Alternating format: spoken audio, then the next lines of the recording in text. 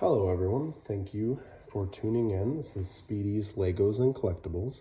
Today we will be reviewing a DEVILTOYS War of Order, the Knight of the East. It is a 1/6 scale collectible figure. Also, I would just like to mention that these figures are all new. It's just that I open them beforehand and remove all of the plastic bits and tape and things like that because I unfortunately have very limited editing skills and I don't want to sloppily put together a video that also includes a 3-minute montage of me trying to actually unbox said figure. So I've already removed the plastic off the figure and things like that, but they are new. Anyway, moving on, this is a pretty cool kind of cyberpunk samurai inspired figure. I don't think it's from any specific property. I think it is something that DEVILTOYS has created themselves, this War of Order. At least when I looked online, that's what I found. But here you can see the figure himself. He looks quite fantastic. This is his accessories down here. But let's start with the figure itself.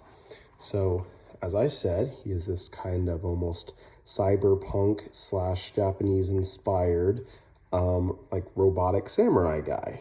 He has this beautiful paint application, really good weathering, kind of airbrushing here. Some pretty high quality cloth. It really, feels like a sturdy figure. It's not metal or anything, but he does have like really well painted plastic here for the headpiece. And I think the body underneath is also plastic. You can see it poking out a little here.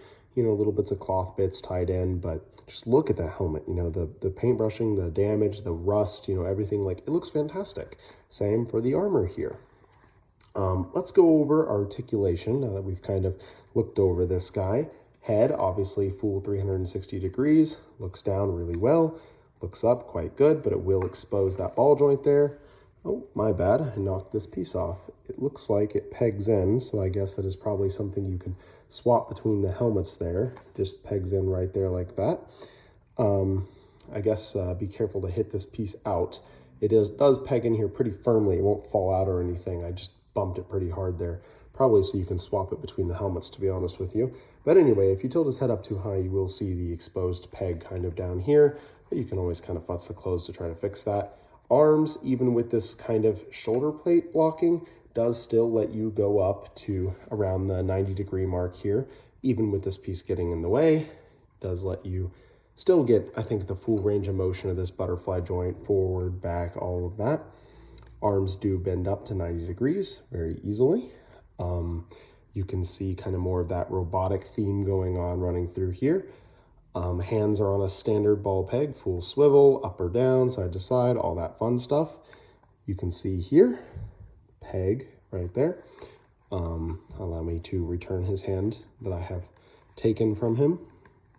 They pop on and off, I would say pretty easily, but they'll stay on, you know, sturdy enough to hold weapons. Same thing on the other side, all the way up.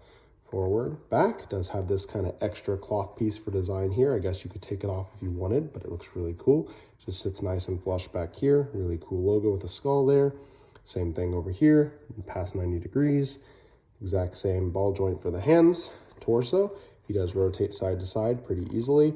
You'll just have to do some futzing with the cloth there. The belt here, it looks like that this can actually clip apart.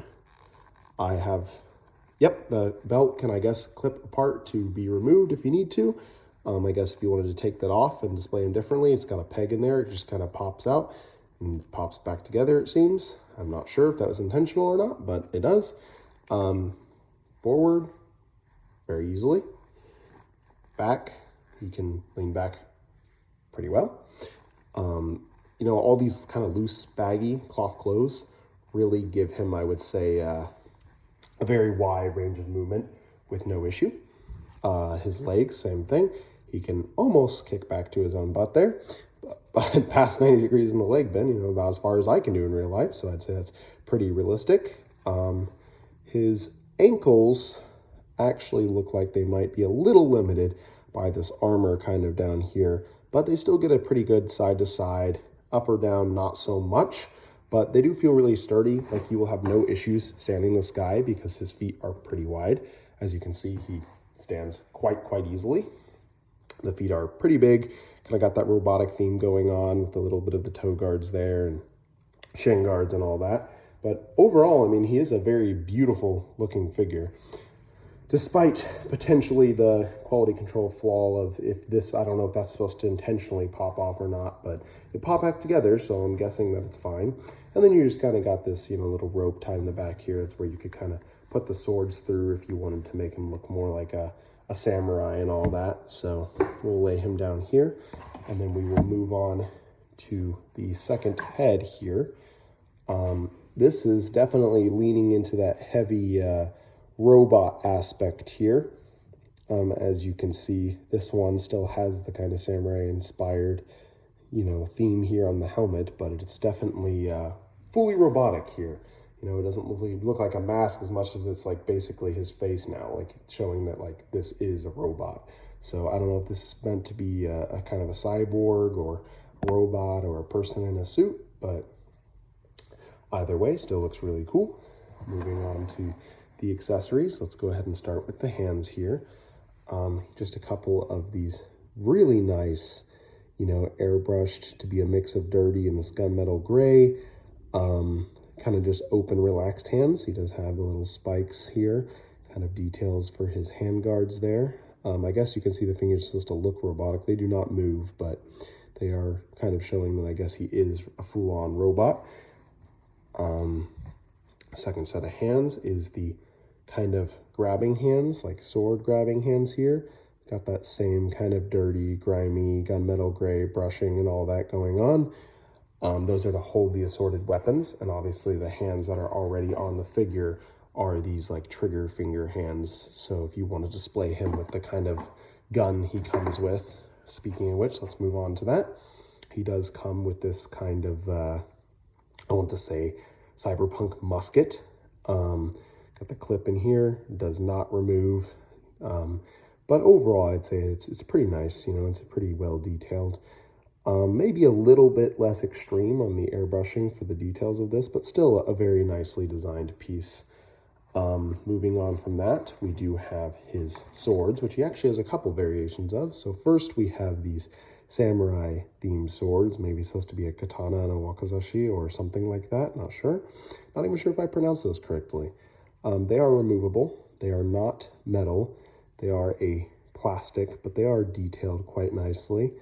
They're made to look all dirty and grimy, match the theme of everything else. They fit in the sheath very nice and smooth there. Same thing with the smaller blade.